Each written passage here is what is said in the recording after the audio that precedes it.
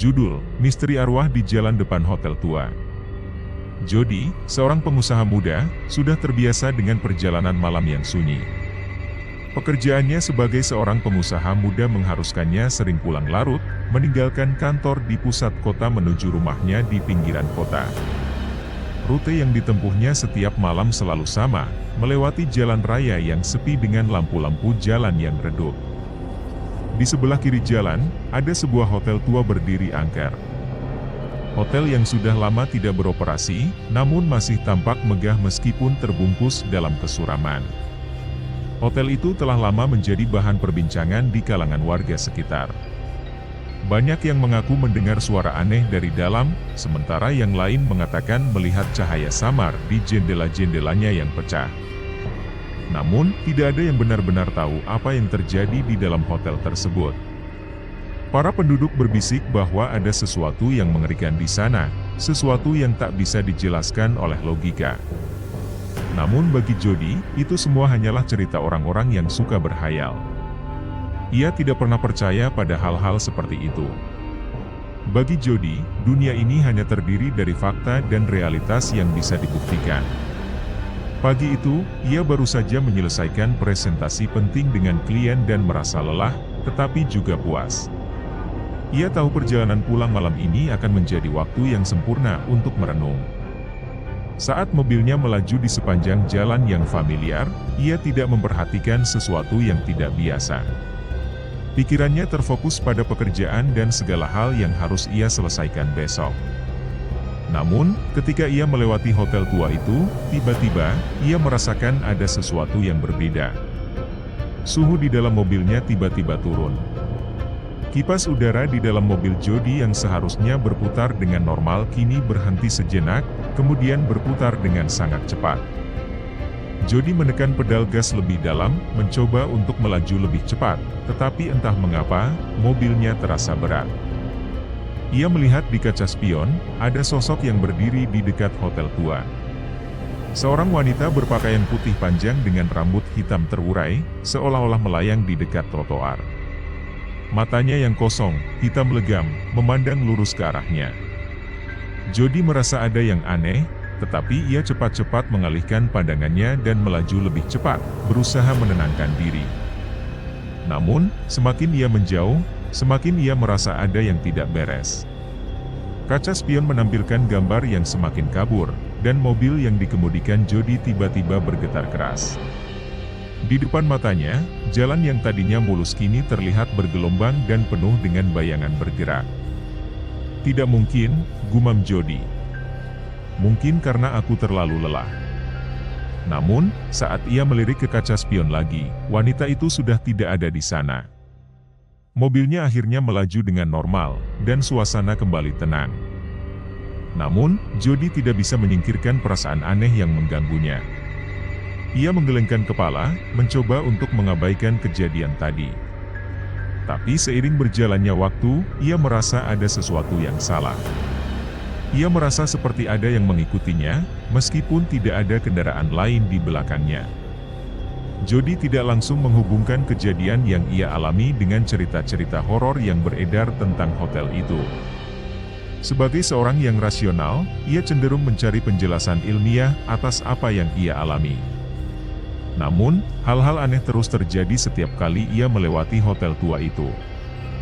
Mobilnya tiba-tiba mati, mesin mendesis, atau lebih parah lagi, remnya terasa tidak berfungsi dengan baik. Ia mulai merasa bahwa ia bukan satu-satunya yang merasakan hal ini. Ada sesuatu yang tidak beres di sekitar hotel itu, sesuatu yang mungkin tidak bisa dijelaskan oleh logika. Satu malam, setelah pertemuan bisnis yang melelahkan, Jody melaju kembali melewati jalan yang sama. Kali ini, ia bertekad untuk tidak merasa takut atau terganggu.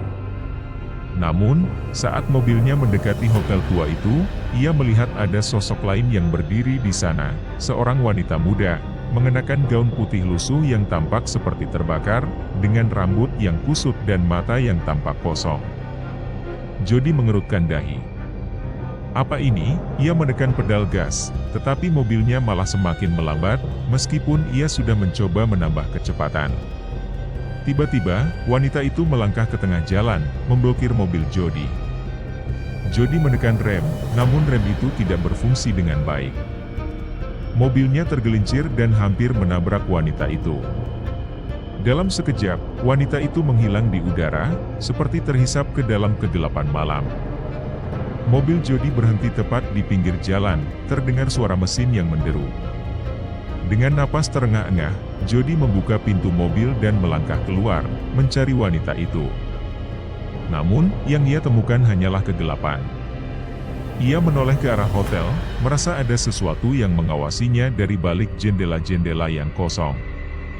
Kepala Jody terasa berat. Ada suara desiran angin yang pelan, seperti bisikan halus yang tidak bisa ia mengerti. Apakah aku lelah? Atau, apakah ada sesuatu di sini? Sejak malam itu, Jody tidak bisa menghilangkan rasa penasaran yang mengganggunya. Setiap kali ia melewati hotel tua itu, ia merasakan ada dorongan yang kuat untuk mencari tahu lebih banyak tentang apa yang sebenarnya terjadi di sana. Rasionalitas yang selama ini ia pegang teguh mulai terkikis, digantikan oleh rasa ingin tahu yang semakin mendalam. Apa yang sebenarnya terjadi di hotel itu? Siapakah wanita berpakaian putih yang selalu muncul di jalan itu? Di kantor, teman-temannya mulai memperhatikan perubahan pada dirinya. Jody yang dulu penuh semangat kini menjadi lebih pendiam, bahkan terlihat cemas setiap kali pulang malam. Ia sering melamun, dan ada garis kecemasan yang jelas di wajahnya. "Jody, ada apa denganmu? Kamu gak seperti biasanya?" tanya Rina, rekannya yang cukup dekat dengannya. Jody hanya tersenyum tipis. "Aku cuma merasa ada yang aneh belakangan ini. Mungkin hanya kelelahan." Namun, kelelahan bukanlah satu-satunya yang dirasakan Jody. Setiap malam, ia semakin terobsesi dengan hotel itu. Ia mulai mencari informasi tentang hotel tua tersebut, berharap menemukan sesuatu yang bisa menjelaskan fenomena yang ia alami. Setelah beberapa malam mencari informasi di internet dan mengunjungi perpustakaan kota, ia menemukan sesuatu yang mencurigakan. Hotel itu ternyata memiliki sejarah yang kelam. Beberapa puluh tahun yang lalu, hotel itu dikenal sebagai tempat penginapan mewah yang sering dikunjungi oleh orang-orang kaya dan pejabat. Namun, pada suatu malam, sebuah kebakaran hebat melanda hotel tersebut. Banyak tamu yang terjebak di dalam, termasuk seorang wanita muda yang dikenal sebagai Clara, seorang pengunjung yang sedang menginap di sana. Clara adalah seorang wanita yang tragis, dilaporkan mengalami depresi karena kehilangan kekasihnya dalam kecelakaan. Dia ditemukan tewas di dalam kamar hotel tersebut, terbakar hidup-hidup dalam api yang melalap bangunan. Namun, ada satu hal yang menarik, badan Clara tidak ditemukan sepenuhnya. Hanya sebagian tubuhnya yang dapat diidentifikasi. Sisanya, hilang entah kemana. Orang-orang mulai percaya bahwa jiwa Clara tidak pernah benar-benar pergi. Sejak kebakaran itu, banyak yang melaporkan bahwa mereka melihat sosok wanita dengan pakaian putih di sekitar hotel tua, terkadang terlihat di jalanan, atau bahkan melayang di dalam hotel itu sendiri. Ini adalah pertama kalinya Jody mendengar kisah ini, dan meskipun rasionalitasnya berusaha mengabaikannya, sesuatu dalam dirinya merasa terhubung dengan cerita itu. Ia merasa ada hubungan antara wanita itu dan kejadian yang ia alami, wanita berpakaian putih yang selalu muncul di depan mobilnya, wanita yang terlihat begitu nyata dan menyeramkan. Ketika malam tiba, Jody merasa dorongan kuat untuk mengetahui lebih banyak, untuk menemukan jawaban atas segala keganjilan ini. Ia memutuskan untuk mengunjungi hotel itu. Ia tahu, ini adalah langkah yang berbahaya, tetapi rasa penasarannya jauh lebih besar dari rasa takut. Jody tiba di depan hotel tua itu sekitar tengah malam. Seperti biasa, jalanan di sekitarnya tampak sepi, hanya suara angin malam yang terdengar. Hotel itu tampak lebih menyeramkan dalam kegelapan, dengan jendela-jendela yang retak dan pintu masuk yang sudah lama tak digunakan. Namun, Jody merasa terpaksa untuk memasuki tempat itu. Ia ingin tahu, ia ingin mencari jawaban. Pintu hotel yang tua itu terbuka dengan suara berderit saat Jody mendorongnya. bau lembab dan berdebu segera menyambutnya. Di dalam, ruangan-ruangan tampak kosong, seolah waktu telah berhenti di sana. Lampu-lampu di dinding yang telah rusak hanya mengeluarkan cahaya samar, dan suasana di dalam sangat mencekam. Jody berjalan perlahan, menahan nafasnya. Ia merasa seolah ada sesuatu yang mengamatinya dari kegelapan. Namun, ia terus melangkah lebih dalam ke dalam hotel, berusaha menemukan jejak-jejak yang mungkin bisa menjelaskan segala hal yang terjadi. Ketika ia sampai di lantai 2, di sebuah lorong yang gelap, ia melihat sebuah pintu terbuka sedikit. Ada suara berdesir yang datang dari dalam, suara seperti seseorang sedang berbisik. Jody mendekati pintu itu dengan hati berdebar. Di dalam, ia melihat sebuah ruangan besar, penuh dengan debu dan puing-puing. Namun, ada sesuatu yang menarik perhatiannya, sebuah gambar di dinding. Gambar seorang wanita muda yang tampak sangat mirip dengan sosok yang sering ia lihat, dengan pakaian putih, rambut hitam terurai. Jody melangkah lebih dekat untuk melihat gambar itu dengan jelas. Saat ia menyentuh bingkai gambar, seketika udara di sekitarnya terasa dingin, dan suara langkah kaki terdengar di belakangnya. Jody menoleh dengan cepat, namun tidak ada siapapun. Hanya angin malam yang berhembus, dan lorong yang sunyi. Tiba-tiba, lampu di sekitar ruangan mati, meninggalkan Jody dalam kegelapan total.